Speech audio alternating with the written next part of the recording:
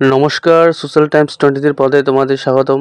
তো বন্ধুরা, তোমাদের অনেক অনেক কংগ্রেচুলেশন যারা টিপিএসসির মাধ্যমে পিএ এবং যারা টিপিএসসির কমেন্ট মেরিট লিস্টে নাম এসেছে যাদের, তো তাদের সবাইকেই মেনি মেনি কংগ্রেচুলেশনস।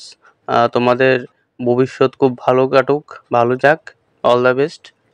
তো বন্ধুরা দেখো, আমি গতকাল অর্থাৎ 6 জুন 2024 সকালে কিন্তু একটা ভিডিও আপলোড করেছিলাম আমাদের চ্যানেলে, এবং এটার মধ্যে কিন্তু লিখে দিয়েছিলাম যে সরকারি কাজে দ্রুততার ইঙ্গিত। তো তোমরা অবশ্যই দেখেছো যে দ্রুততাটা কতটুকু পরিমাণে দ্রুত হচ্ছে। লাগাতার 2 দিন কিন্তু দুটা রেজাল্ট দিয়ে দিয়েছে বড় বড় রিক্রুটমেন্টসের। এবং আজ 7 জুন সকালবেলা আমরা কিন্তু দেখতে পাচ্ছি যে বিভিন্ন পত্রিকায়, বিশেষ করে প্রতিবাদী কলমে কিন্তু একটা আর্টিকেলস ছাপা হয়েছে। আর্টিকেলসটার মধ্যে স্পষ্ট লেখা আছে যে সরকার আজ থেকে চাকরি দিতে পারবে। অর্থাৎ গত বৃহস্পতিবার 6 জুন ওই দিন কিন্তু এমসিসিটা সম্পূর্ণভাবে উইথড্র হয়ে যায়। তো ওই দিন থেকেই কিন্তু ত্রিপুরা রাজ্যে কিন্তু সমস্ত যত সরকারি কাজ রয়েছে তা কিন্তু আগের মতো আবার দ্রুতগতিতে হতে থাকবে, ঠিক আছে।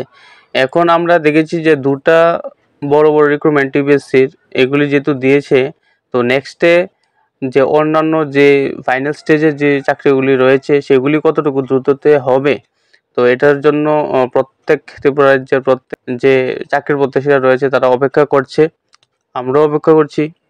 বলা যায় এই মুহূর্তে গোটা রাজ্যের যে চাকরির প্রত্যাশীরা রয়েছে তাদের সবার মনে কিন্তু একটা এক্সাইটমেন্ট শুরু হয়ে গেছে। সকাল থেকে কিন্তু তারা একটা এক্সাইটমেন্ট নিয়ে কিন্তু সারাটা দিন কিন্তু কাটাবে, কারণ কোন মুহূর্তে কোন রেজাল্টটা দিয়ে দেয়।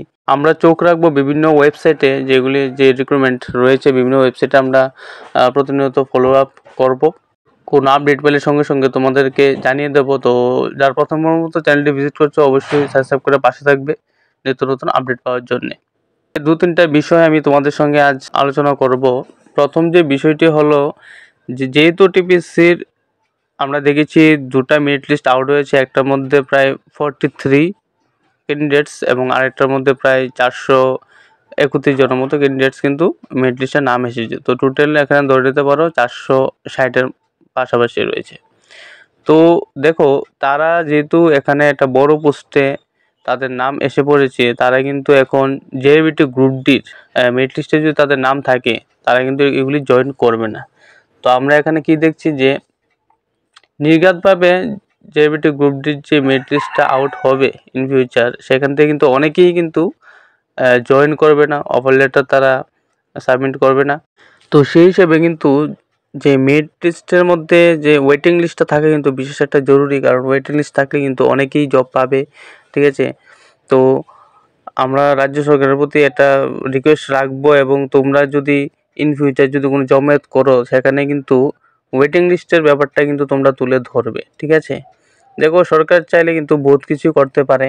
অনেকে বলবে যে হ্যাঁ ওয়েটিং লিস্টটা দেবে না, কেন দেবে, অনেক নানা ধরনের প্রশ্ন করবে।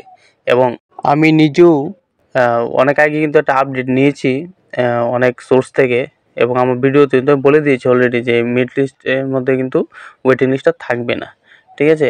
এটা যতটুকু মানে সরকারের তরফ থেকে কিন্তু ওয়েটিং লিস্টটা জারি করবে না। তবে সরকার চাইলে কিন্তু সব কিছুই করতে পারে, সব কিছু করতে পারে। আমরা বিগত দিনে দেখেছি যে স্পেশাল এক্সিকিউটিভের ফর্ম ফিল আপ শেষ হয়ে যাওয়ার পরও কিন্তু আরও অনেক মাস পরে আবার তারা স্পেশাল এক্সিকিউটিভের ফর্ম ফিল আপ করার একটা সুযোগ দিয়েছিল, যেটা ইম্পসিবল।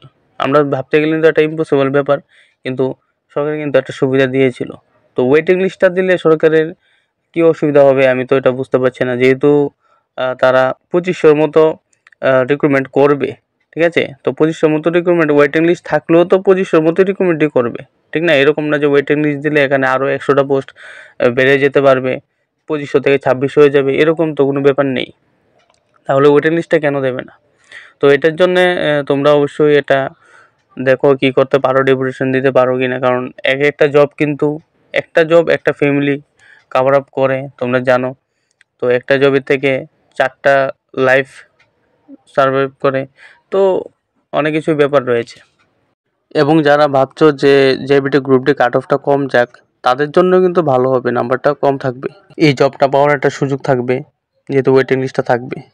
দ্বিতীয় যে বিষয়টি আমি বলবো যে আমরা দেখেছি যে বিগত দিনে গ্রুপ সি যখন মেরিট লিস্ট আউট হয় এর 7 দিন আগে থেকে কিন্তু বিভিন্ন সোশ্যাল মিডিয়া নিউজ চ্যানেলে কিন্তু যখন বিভিন্ন মাননীয় মন্ত্রীরা ইন্টারভিউ দিতে যায় বা এখানে প্রেস মিট আপ হয়, ওইখানে কিন্তু তারা কিন্তু একটা হিন্টস তারা দিয়ে দেয়।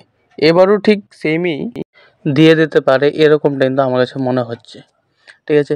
এবং পাশাপাশি আরেকটা কথা বলবো যে অন্যান্য যে রিক্রুটমেন্টগুলি রয়েছে বিশেষ করে fire service, jail police, police constable, তো এগুলিও কিন্তু এবছর পরীক্ষা হবেই বলতে পারো, ঠিক আছে। তোমাদের যে বাকি যে স্টেপগুলি রয়েছে, যাদের রিটার্ন এক্সাম রয়েছে বাকি বা যাদের ভাইভা টেস্ট রয়েছে, তোমাদের কিন্তু এবছর কিন্তু হয়ে যেতে পারে, ঠিক আছে। তোমরা ধরে নিতে পারো হয়ে যেতে পারে। এবং অবশ্যই তোমরা তো, আমি তো দেখেছি বা আমাদের চ্যানেলেও আমি বলে দিয়েছি যে তোমরা একটা নোটিফিকেশন জারি করেছো ক্যান্ডিডেটস তার তরফ থেকে যে 10 জুন একটা তোমরা জমায়েত করবে।